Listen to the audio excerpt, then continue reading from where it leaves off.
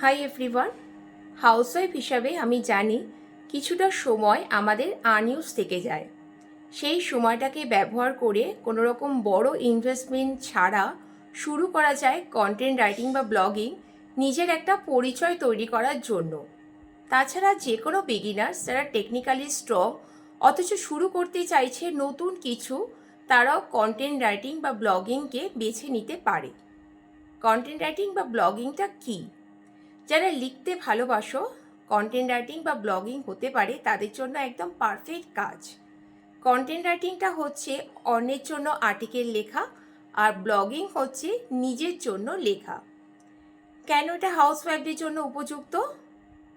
কারণ এখানে টাইমিংটা পুরোপুরি নিজের মতো সেট করা যায়। বড় কোনো ইনভেস্টমেন্ট লাগে না। ঘরে বসে ইন্টারনেট কানেকশন থাকলেই মোবাইল বা ল্যাপটপ দিয়ে শুরু করা যায়। কিভাবে শুরু করব?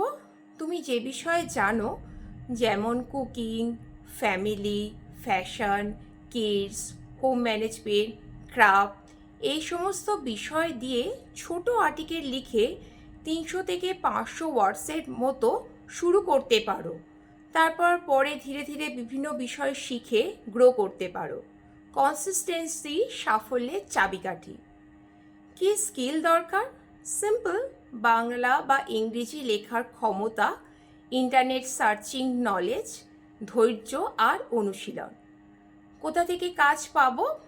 ফিভার, আপওয়ার্ড, ফ্রিল্যান্সার, লিঙ্কডইন থেকে কন্টেন্ট রাইটিংয়ে কাজ পাওয়া যায়।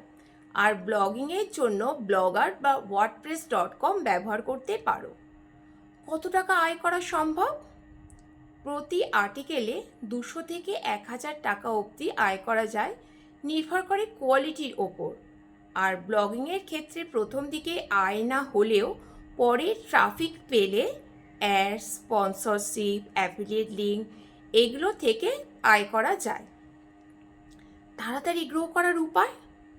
তাড়াতাড়ি গ্রো করতে চাইলে বিভিন্ন বিষয়ে শিখে, নলেজ গেইন করে, রাইটিং প্র্যাকটিস করে, কনসিস্টেন্ট হয়ে, ডেডলাইন মিট করে, ফ্রিল্যান্সিং সাইটে ভালো পোর্টফোলিও বানিয়ে তাড়াতাড়ি গ্রো করা যায়। এই কাজের ভালো দিক হলো এটা একটা লং টাইম ইনকাম সোর্স হতে পারে। তাছাড়া এখানে ক্রিয়েটিভ আইডিয়া ব্যবহার করার সুযোগ থাকে। খারাপ দিক হলো এই কাজে শুরুতেই ইনকাম না হলেও কনসিস্টেন্ট হলে, স্কিল বাড়ালে এখানে ভালো আর্নিং সম্ভব। যে কোনো বিগিনার্সরা যখন শুরু করে তখন তাদেরটা অতটা ভালো হয় না। তাই পারফেকশনের উপর ডিপেন্ড না করে প্রত্যেক দিন লিখতে থাকো। শুরু করো ছোট করে, কনসিস্টেন্ট থাকো, আর একদিন রেজাল্ট দেখতে পাবে। এই ছিল 11টা অনলাইন ওয়ার্ক ফ্রম হোম কাজে তৃতীয় কাজ।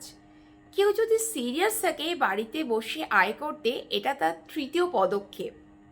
কমেন্ট করুন যদি আপনার এ বিষয়ে কোনো প্রশ্ন থাকে।